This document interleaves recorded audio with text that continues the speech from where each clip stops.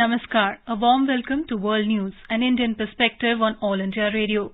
This is Navneeta Adhikari and with me is Anita Anand, bringing glimpses of the major developments of the day from across the globe. Over the next half an hour, we shall bring you the latest from the world of politics, economy, sports, entertainment and more. The headlines. Singapore today declared its iconic green site Padang as its 75th national monument, where Netaji Subhash Chandra Bose gave the slogan of Delhi Chalo in July 1943. Sri Lanka says it has asked China to defer a planned visit of a Chinese ship to the island country. Russia has temporarily suspended on-site inspections of its strategic nuclear weapons under an arms control treaty known as New START. Former U.S. President Donald Trump says his Florida home was raided by the FBI and that agents broke open a safe.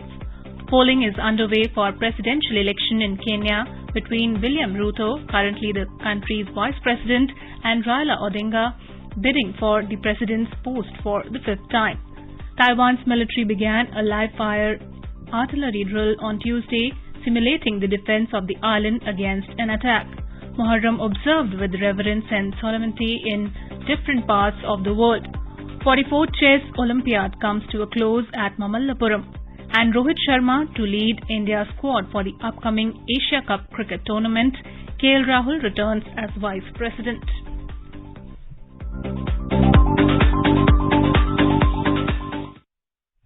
Singapore today declared its iconic green site Padang as its 75th national monument. It is the site from where Netaji Subhash Chandra Bose gave the slogan of Delhi Chalo in July 1943.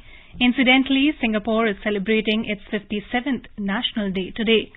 Singapore's National Heritage Board has said in a statement that in view of its strong national, historical and social significance, the Padang is now preserved and accorded the highest level of protection in Singapore under the Preservation of Monuments Act, and it has been gazetted today. The Padang has special significance for the Indian community in Singapore. It was here that Indian sepoys first established their campsites when the British established their outpost on the island. This was also the place where Netaji delivered several speeches to the tens of thousands of INA soldiers and gave the Delhi Chalo slogan. Just before the war ended, Netaji established the INA Memorial at the southern edge of the Padang. Sri Lanka says it has asked China to defer a planned visit of a Chinese ship to the island country after initially approving its arrival this week. The Yuan Wang 5 was due to arrive on Thursday at the Chinese-built and leased Hambantota port in Sri Lanka's south for 5 days for replenishment. It is currently sailing in the East Indian Ocean, according to Recep Icon. Foreign security analysts describe the Yuan Wang 5 as one of China's latest generation space tracking ships used to monitor satellite, rocket and intercontinental ballistic missile launches. The Pentagon says Yuan Wang ships are operated by the Strategic Support Force of the People's Liberation Army. The $1.5 billion port is near the main shipping route from Asia to Europe. Sri Lanka's foreign ministry said on 12 July it has approved the ship's arrival for this month. Russia has temporarily suspended on-site inspections of its strategic nuclear weapons under an arms control treaty known as New START. The Russian Foreign Ministry in a statement said the US was seeking advantages and had deprived Russia of the right to carry out inspections on U.S. territory. It also said U.S. sanctions imposed on Russia over Ukraine had changed conditions between the two countries. The treaty came into force in 2011. It is the last remaining arms reduction agreement between the two countries. It caps at 1,550 the number of long-range nuclear warheads that each country can deploy. The suspension comes a week after U.S. President Joe Biden said that U.S. was ready to work on a new nuclear arms deal with Russia. The current one will expire in 2026. Former U.S. President Donald Trump has said his Florida home was raided by the FBI and that agents broke open a safe. Mr. Trump said in a statement that a Mar-a-Lago in Palm Beach was occupied by a large group of FBI agents. Monday's search was reportedly connected to an investigation into Mr. Trump's handling of official papers. Neither the FBI, Federal Bureau of Investigation, nor the Justice Department have commented on the reported search. An unnamed law enforcement official told CBS News, the BBC's US partner, that the Secret Service was notified shortly before the warrant was served around 10 local time, 1400 GMT, and that agents protecting Mr. Trump helped the FBI investigators. Polling is underway for presidential election in Kenya. The contest is between 55-year-old William Ruto, currently the country's vice president, and Raila Odinga, a 77-year-old political veteran, bidding for the president's post for the fifth time. Ruto claims to be the champion of the hustler nation. Both are claiming to transform the calcified, corruption-ridden political system of Kenya. The polling was preceded by intense campaign dominated by debates about living costs, unemployment and corruption. Local media reported that in some location hundreds of voters lined up hours ahead of polls which opened at 6 a.m. local time. More than 22 million Kenyans have registered to vote and they will be casting at least 6 ballots. Rising food and fuel prices, huge government debt, high unemployment and widespread corruption mean economic issues are at the center of an election in which unregulated campaign spending has already highlighted inequality. President Uhuru Kenyatta is stepping down after reaching the constitutional limit of terms in the office. Ruto has been Kenyatta's deputy for the past 9 years, though the two have now fallen out and the veteran opposition leader Odinga has Kenyatta's endorsement. The 4 opinion polls published last week put Odinga ahead with a margin of 6 to 8 points, but Ruto has dismissed them as fake surveys designed to sway the electorate. In today's hotspot section, news commentary, India's space program, breaking news barrier. Nearly 6 decades ago, India carved its name in space launch by launching a 2-stage Nike Apache sounding rocket from Kerala's obscure fishing hamlet Thumba near Thiruvananthapuram. A technician carried the rocket on a bicycle from the assembly line to the launch pad, and a bullock cart ferried the payload. Since then, the Indian Space Odyssey has traversed numerous landmarks. The Indian Space Research Organization ISRO has emerged as a key player in global satellite launches and manufacturing industry. The nation has earned international recognition for launching lunar probes, built satellites for others too, ferried foreign satellites up, and even succeeded in reaching Mars. The space agency has developed heavy lift launch vehicles and communication satellites that have made telephones, mobile phones, satellite television, telemedicine, and teleeducation a part of our daily life. India's planetary program got a boost with the launch of the Mars Orbiter mission, MOM. Since September 2014, the Mars Orbiter Mangalyaan Mars craft has been observing Martian landscapes and studying their composition using its 5 science instruments. India built the Mangalyaan to study the red planet and test key technologies required for exploring the inner solar system. It made ISRO the 4th space agency in the world to do so. Prior to India, the United States, the Soviet Union, and the European Space Agency alone had successfully explored Mars.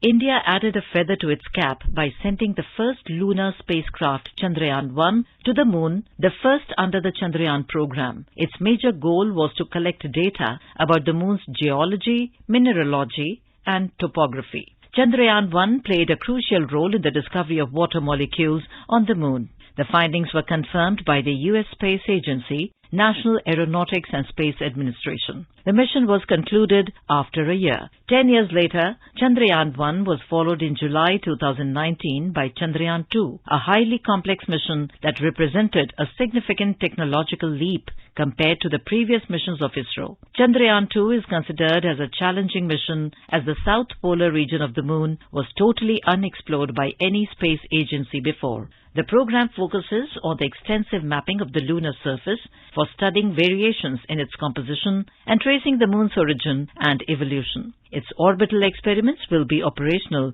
for 7 years. The upcoming missions of the Indian Space Research Organization mainly focus on manned space travel, Gaganyaan, studying the Sun, Aditya L1, and soft landing on the Moon, Chandrayaan-3. In addition, several satellite launches, both domestic and foreign, are also scheduled by ISRO this year. The Moon orbiter of Chandrayaan-2 has been operating successfully for more than 2 years. However, the Vikram lander had suffered a hard landing after loss of control over the thrust of the spacecraft. To avoid a similar incident with Chandrayaan-3, ISRO has made adjustments to the lander. There is a change in the propulsion system. Similar to Chandrayaan-2, the program is expected to target a near-polar landing area and will operate for a single lunar day, 14 Earth days on the surface.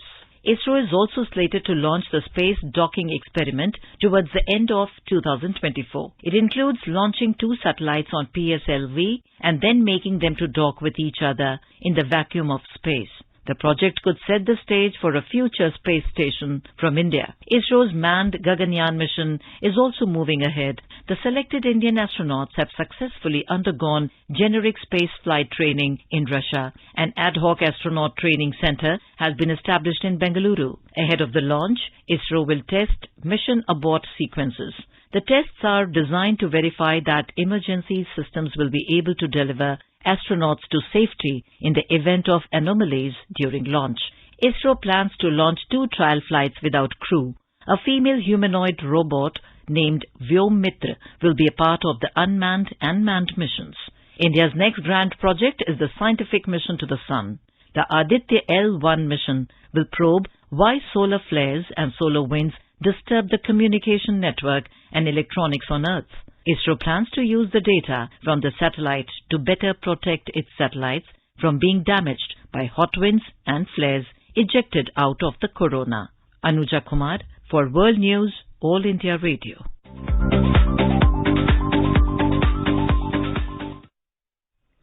And now let's listen to our special segment, Popuri.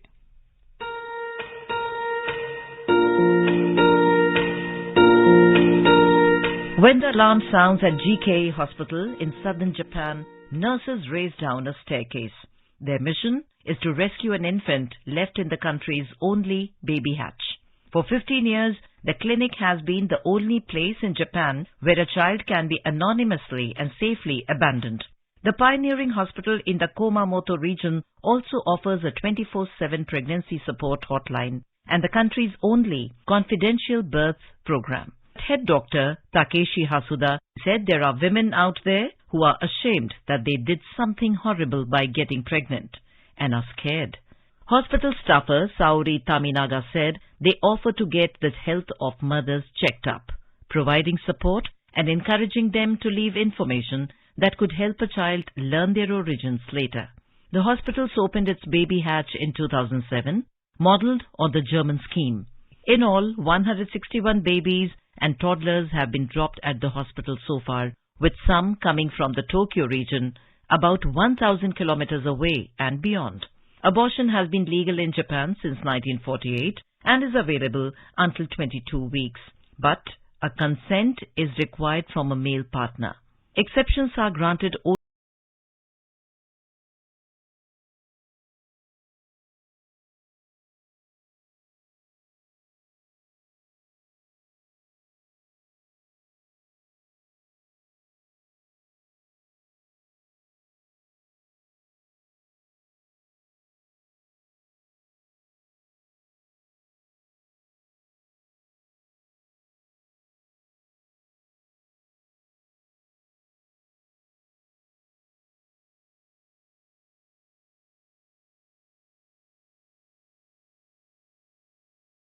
This often repeated line has been brought to life by an 85-year-old who has become a successful entrepreneur through his grit and determination. The elderly man, also known as Nanaji, had an interest in Ayurveda since his childhood and would often try to find simple treatment for health ailments. Decades ago, when his wife was diagnosed with diabetes and suffered from foot pain, Nanaji prepared a massage oil that helped her. After the COVID pandemic struck, his daughter, Vinita, suffered from rapid hair loss. This motivated Nanaji to get back to his Ayurveda books. He came up with an oil and it worked wonders for his daughter. He then distributed it to family members and friends, and all of them appreciated the results. Nanaji and his daughter then started selling the product through social media platform. Soon his story went viral as people started inquiring about the hair oil. The elderly man set up a company as his oil started reaching more people.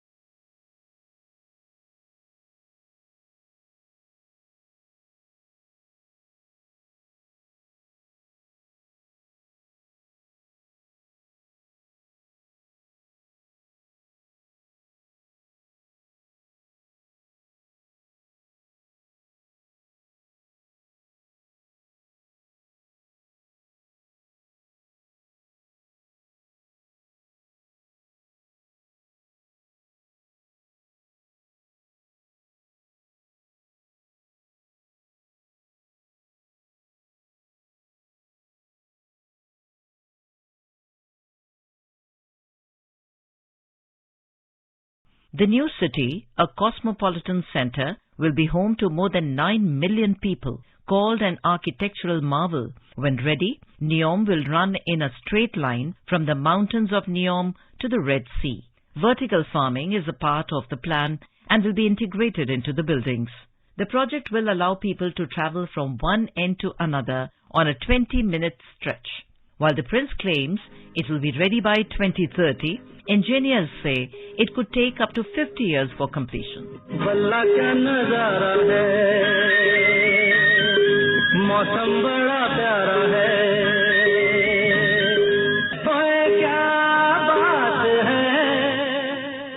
Famous German theologian Albert Schweitzer once said, "Success is not the key to happiness.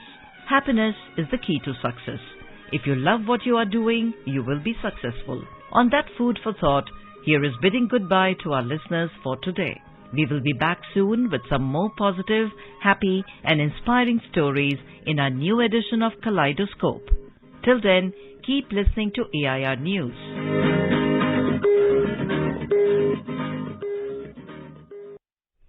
This is All India Radio giving you the news. For quick news updates round the clock, follow us on Twitter at AIR News Alerts.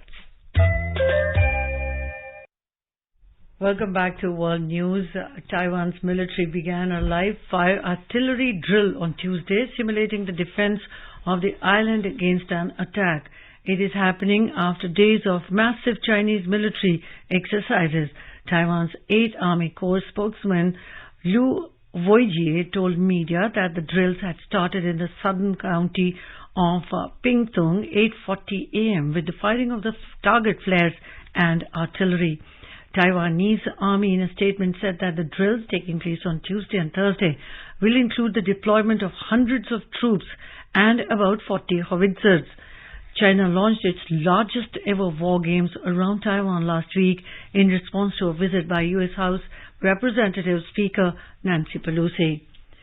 Armed fighters with a suspected affiliation to the ISIS group killed 17 Malian soldiers and 4 civilians during an attack over the weekend in the country's south, Mali's army had said. 9 soldiers were also reported missing and vehicles and equipment were destroyed as a result of the attack on Sunday near the town of Tessit, which sits in a strategic border zone between Mali, Burkina Faso and Niger. The Malian army said in a statement on Monday. It added that Malian forces had killed at least 7 of the fighters. 3 Palestinians, including a senior armed resistance commander, have been killed by Israeli forces during a raid on the occupied West Bank city of Nablus, the Palestinian Health Ministry said. The Israeli army surrounded a building in the Old City at 5 a.m. local time on Tuesday, where Ibrahim al-Nabulsi, the commander of Al-Aqsa Martyrs Brigades, had barricaded himself in. A gunfight lasted for several hours. Al-Nabulsi, 30, was killed along with 32-year-old Islam Sabo and Hussein Jamal Taha, the health ministry said, adding that more than 60 others were wounded. 4 were in critical condition. The head of Ukraine's nuclear power company has alleged that Russian forces occupying the Zaporizhzhia nuclear power plant have turned the site into a military base to launch attacks against Ukrainian positions. Petro Kote told the BBC the threat to the plant was great, but that it remained safe. For days, Ukraine and Russia have blamed each other for attacks on the site, Europe's largest nuclear plant, raising concerns of a major accident. The complex has been under Russian occupation since early March, although Ukrainian technicians still operate it. Global warming and changing weather patterns are affecting the water supply for one of the world's most important waterways, the Panama Canal. The canal is an access to drinking water for millions of Panamanians. The Panama Canal is a great feat of 20th century engineering. Upon its completion in 1914, this man-made waterway linking the Pacific and Atlantic Oceans nearly halved the travel time between the U.S. West Coast and the Europe. To this day, ships have to pass through a series of locks to overcome the differences in height along its 50-mile, that is 80 kilometers length. They are lifted up to 85 feet, 26 meters above sea level before being lowered again. The canal's locks act as kind of elevator, using enormous amounts of water released from artificial lakes at the top of the mountains to raise the vessels, explains Michaelis de Garcia, a Panama Canal guide.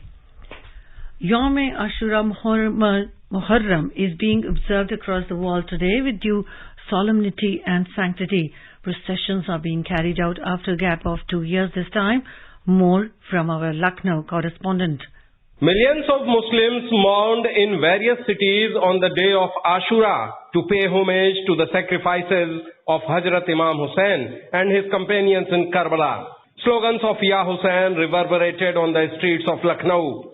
Main procession started from Victoria Street and thousands thronged for ritual mourning, which included Noha Khwani, Matam and performance of Sina Zani. In Jaunpur, Bareilly, Kushinagar, Gorakhpur, Firozabad, large number of processions were taken out and different style of colorful tajiyas, a replica of tomb of Imam Hussain, were seen. Heavy security arrangements are in place at the sensitive areas of different districts. Police is keeping an eye over the situation with the help of CCTV cameras, drone cameras and body cams, along with regular monitoring of social media.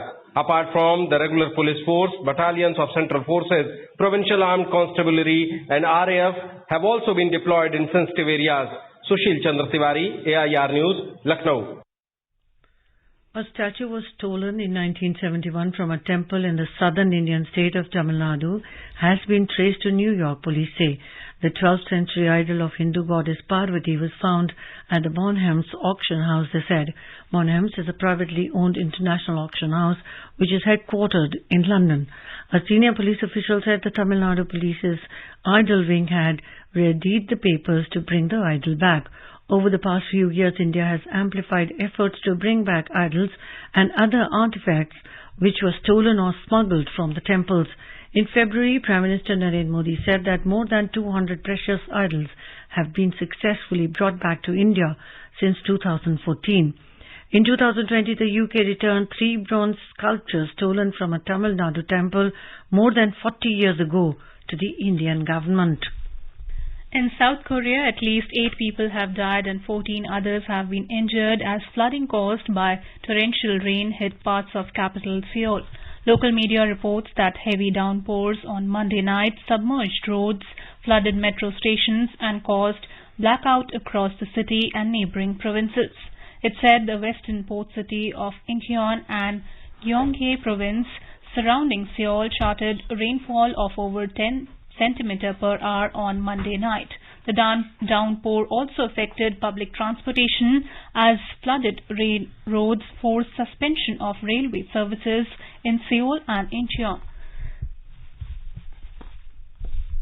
In Pakistan, 4 army personnel were killed in a suicide blast at a military convoy in the Mir Ali area of Khyber Pakhtunkhwa's North Waziristan district. The Pakistani army said in a statement today that the convoy was going from Mirali to Miramshah, the district headquarters, when the suicide bomber, who was on a motorcycle, blew himself up near one of the vehicles.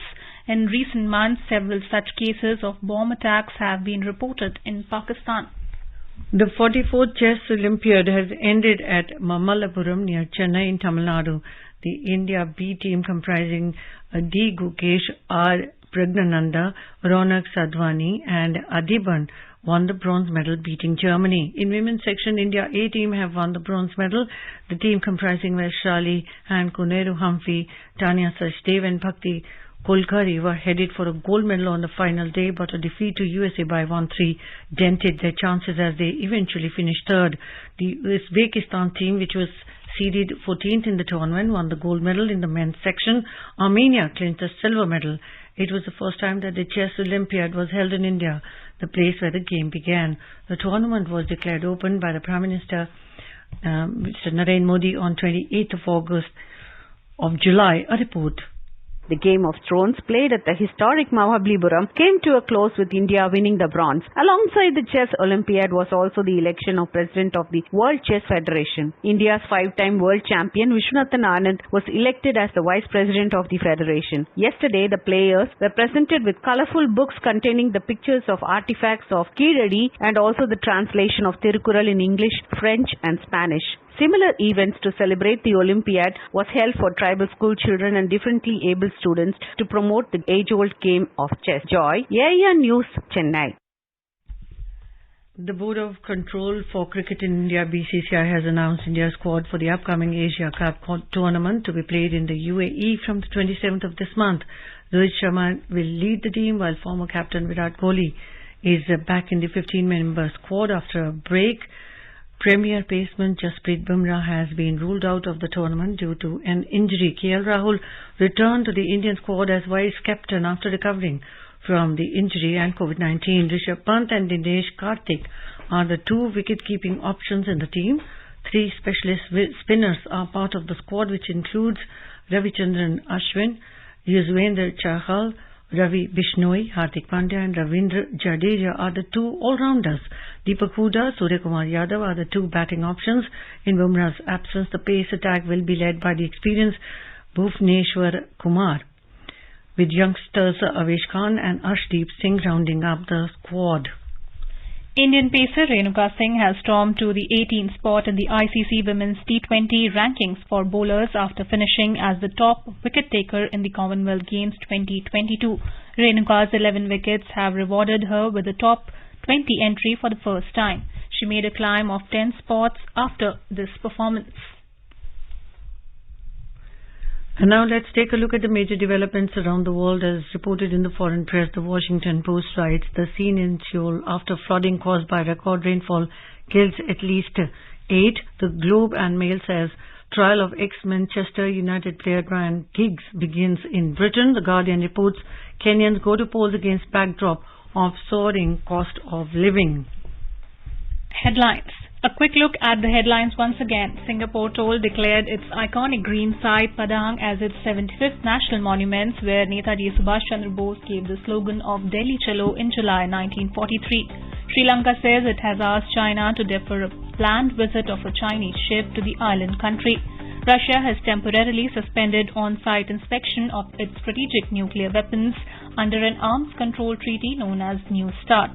Former U.S. President Donald Trump says his Florida home was raided by the FBI and that agents broke open a safe. Taiwan's military began a live-fire artillery drill on Tuesday, simulating the defense of the island against an attack. 44th Chess Olympiad comes to a close at Mamallapuram. Muharram observed with reverence and solemnity in different parts of the world, and Rohit Sharma to lead India's squad for the upcoming Asia Cup cricket tournament KL returns as vice captain. And with that, we end this bulletin. We'll be back at the same time tomorrow with the next edition of World News.